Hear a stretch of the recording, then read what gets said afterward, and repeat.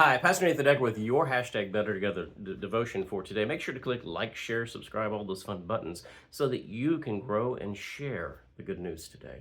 So one of the things that we're talking about when we talk about the book of Judges is kind of the unexpected places inside of the book of Judges. So one of them is the idea of a prophet being left-handed. Now, I'm left-handed, and 1 out of 7 people are truly left-handed people. Some of us are ambidextrous, but there's a very small population that's absolutely left-handed, and they're some of the most amazing artists and creative people because they think differently than the rest of us. That kind of stuff happens. But biblically, looking at the Bible and looking at the superstitions of the world of the Bible, which there are many, there are 25 verses in the Bible that speak about being left-handed as being wrong or horrible or sinful. It's wrong. Don't use your left hand. There's a bias. And there has been for a long time in human history towards the right-handed population and against the left-handed. Southpaws, you have to unite. And one of the heroes that we have in our stories comes from the book of Judges, where what is viewed in that culture and in that understanding as a weakness, being left-handed, becomes a great strength. So Ehud is the one, Ehud. Ehud is the prophet that God raises up against the Moabite king. And the Moabite king decides that Ehud comes and says, let's have a parlay. Let's have a conversation together. And so they let Ehud in, and Ehud, he comes into the king Moabite, and he does something amazing. He asks the king, "Can we speak privately?"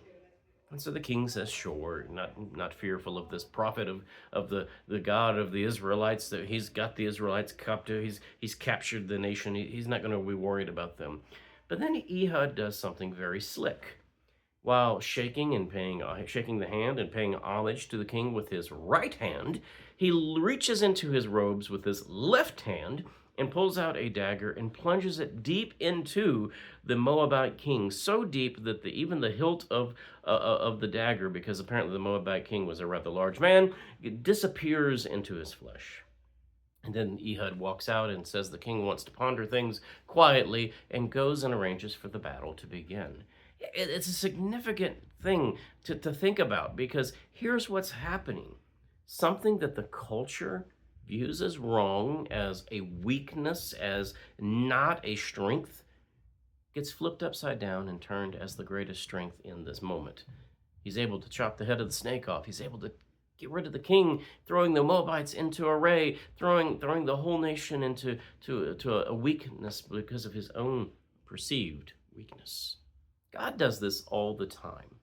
Anytime that a group of people becomes oppressed or downtrodden, you can bet that God is going to be rooting for them in some way or some fashion.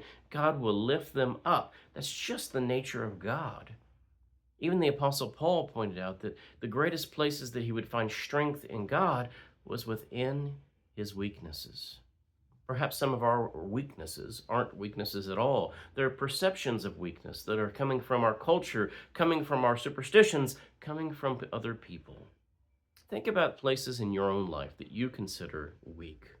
You might just find that they're places where God is at work, that your left hand, your southpaw, that place where you think is not at all going to be useful, turns out to be the most useful thing in the spiritual warfare of our lives.